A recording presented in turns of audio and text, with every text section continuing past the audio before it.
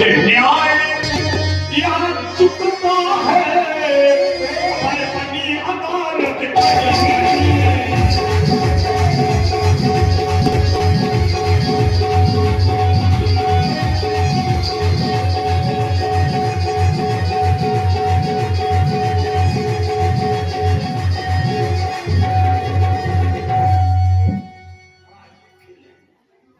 ईश्वर कैसा होता है ये बताने का विषय नहीं है। बताओ, 11,000 की लाइन में बिजली तो चल रही है, लेकिन जब किसी सदगुरु की सान्निध्यता में आप समर्पित भाव से समाहित हो जाएंगे, तब वो 11,000 लाइन की बिजली जब बल्ब के द्वारा तुम्हारे घर में चमकने मिलेगी। 11,000 की लाइन तो चल रही है, लेकिन दिखाई नहीं पड़ रही है। अब ये कह दो कि चल रही है, चल तो रही है, लाइन तो चल रही है, दिखाई नहीं पड़ रही है। और वही ध्यान में गुरु की कृपा से जब बल्ब के रूप में आकर के घर में उजेला कर देती है, तब लोग कहते हैं बिजली आ गई। बिजली तो बेटा पहले भी थी, ऐसा थोड़ा नहीं थी, है नहीं, लेकिन सदगुरु की कृपा से जब बल्ब के रूप में मेरे घर में उजेला करती, तब लोग कहते हैं बिजली आ गई। अनुभव भरेगी संता, वो आपके खुद का अनुभव खुश है।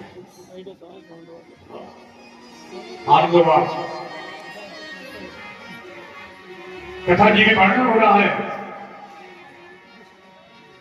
कंस ने जन्म ले लिया, हो गई थी, मानवीय मानवता को नष्ट कर दिया।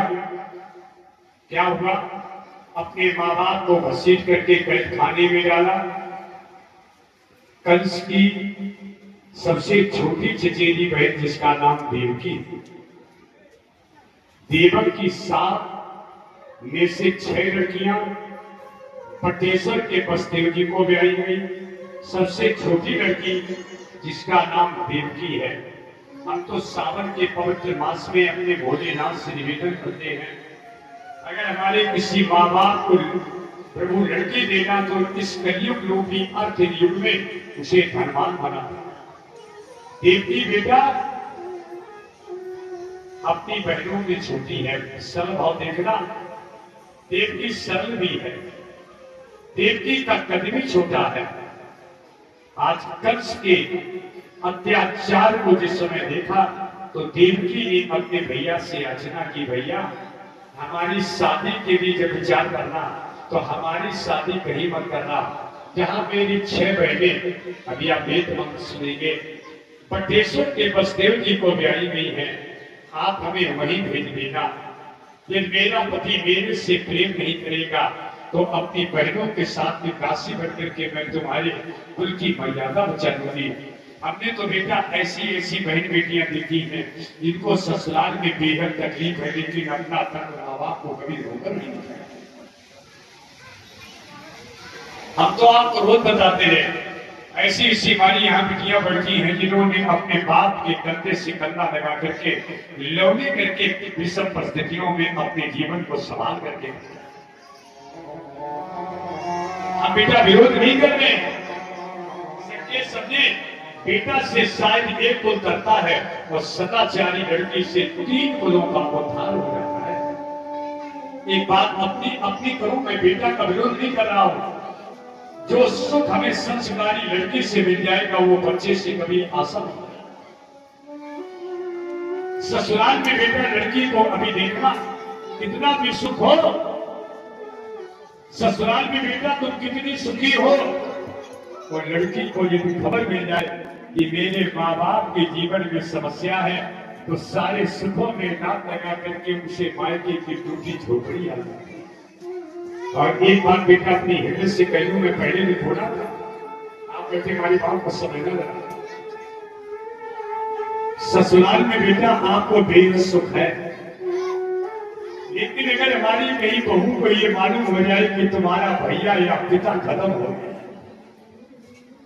जिस समय बेटा ससुराल में रहने वाली उस संपन्नता की लड़की को ये खबर मिलती है कि तुम्हारा पिता दुनिया से विदा हो गया है, उस समय लड़की का बेटा कलेजा चाहता है, सारे सुखों में नाक लगा करके वो मायके की चौखट पर अपनी रोती है और अपने भैया के गले से लगा करके कहती, भैया अभी तक तो हमें ये था कि मेरे माँ बाप जिंदा है, हमें बुला लेंगे, आज मेरा बाप दुनिया से गया है, भैया पर इनको अभागी समझ करके अब मेरा मायका छुड़ा।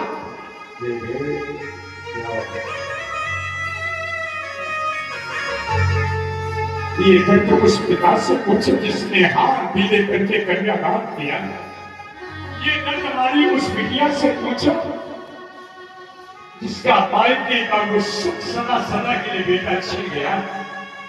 ईमानदारी से आप हमें उत्तर देना। आपको ससुराल में सुख है, लेकिन लड़की को जब खबर मिलती है कि मेरे पिता दुनिया से चले गए हैं, तब लड़की सब पटक करके रोती। अभी तक तो ये था कि मेरे माँ बाप जितना है, जब कोई दिक्कत होगी अपने ध्यान दिएगा, मम्मी पापा को खबर करके बुला लोगी, भैया आज मेरे पिता दुनिया से चले गए हैं, पर इनको अभागी समझ करके मेरा मायका छोड़ा। देवकी ने अंजलि बात करके अपने भैया कंस से भी मांगी, भैया हमारी शादी आप कहीं मत करो, क्योंकि मेरा कद भी छोटा है, कलर भी मेरा गिरा है, हमारी शादी की विचार करना तो हमें वही भेज देगा जहां मेरी 6 बहनें बटेश्वर के वसुदेव जी की सेवा कर रही हैं। अगर मेरा पति मेरे से प्रेम नहीं करेगा तो बहनों की सेविका बनकर के तुम्हारे कुल की इज्जत छो।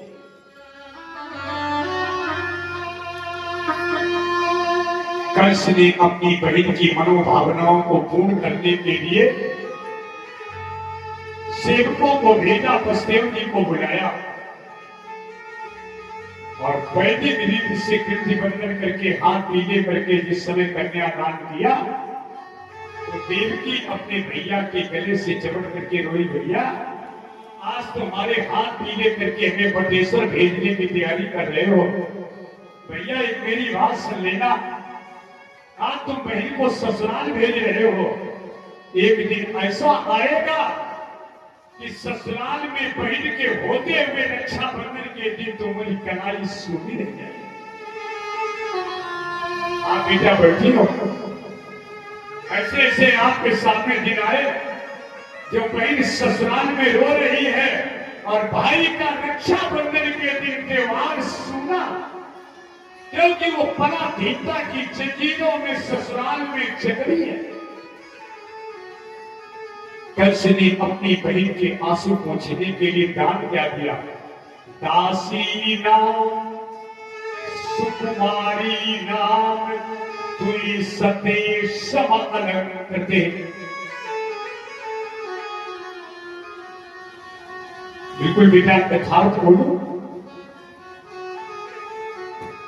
हमारी यहाँ बहने बैठी और आज उन्हें वो दिन याद आया, या हमारी बहनों से पूछे उन्हें दिन याद आया। अगर भाई ना बुलाता ना लगाओ तो कि हमारे बाप तो दुनिया से चले गए थे, मेरा भाई का छूट गया।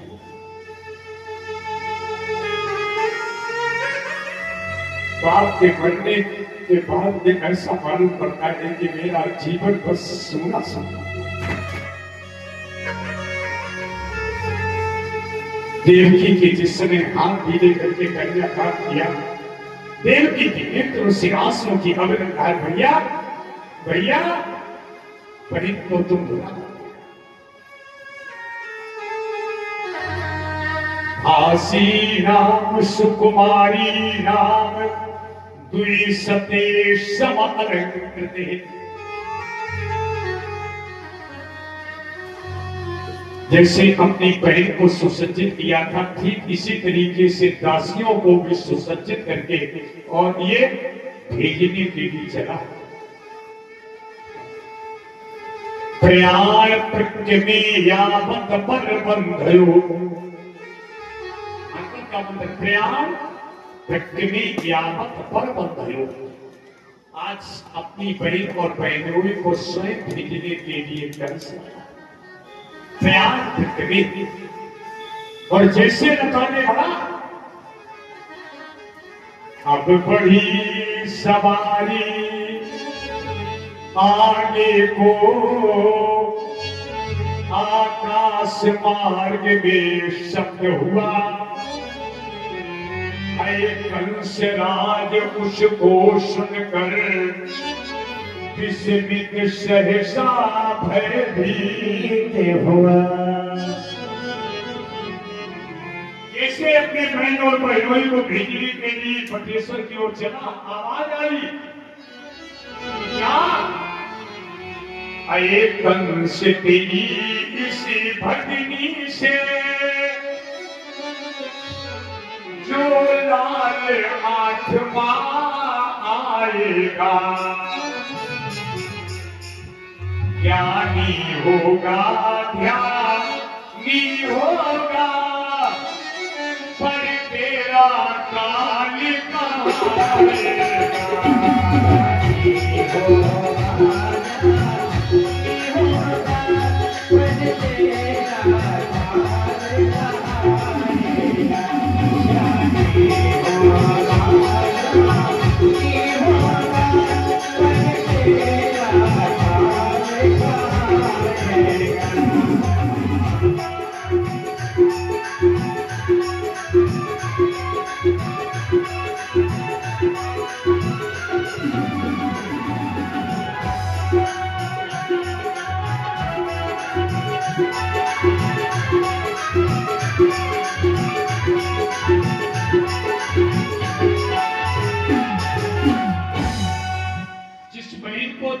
राखी का त्योहार समझ करके विदाई करने जा रहा है।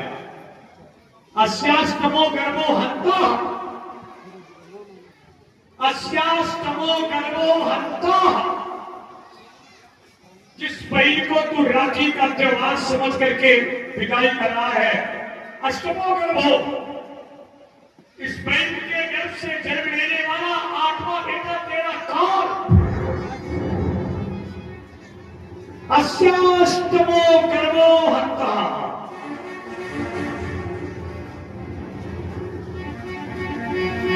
लेकिन मृत्यु जन्म बता पीड़म देहे सही जायते।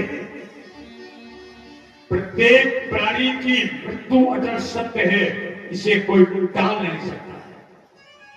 और बेटा हमारा पक्ष समझना, मृत्यु को टाला नहीं जा सकता है लेकिन मृत्यु को सुधारा जा सकता है।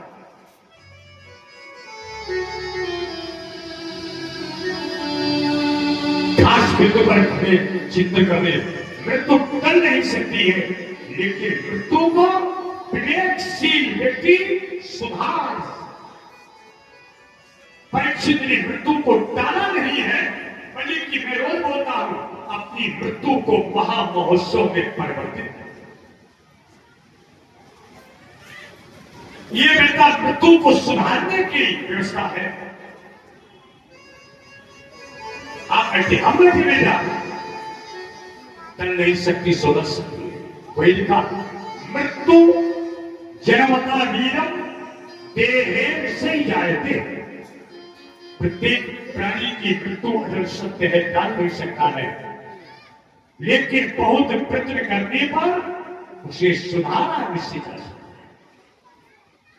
और जैसे आवाज सुनाई पड़ी, देखना कैसे वो आवाज सुनाई पड़ी, बहन के घर से जन्म लेने वाला आठवां बच्चा तेरी मृत्यु का कारण होगा। देखो मेरी तरफ, मृत्यु को टालने के लिए घोड़ों की रस्सी को छोड़ दिया। और संस्कृत क्या कहती है, अग्नि हम तुम्हारा बता खबर पानी कचे गई। मैंने बोला मृत्यु अटल सत्य है लेकिन ये क्या कहता है, अगर मृत्यु अटल सत्य है तो मैं बहन को ही नहीं रखूंगा। जब मृत्यु अटल सत्य है और बहन के द्वारा जन्म लेने वाला 8वां बच्चा मेरा मृत्यु का कारण होगा तो मैं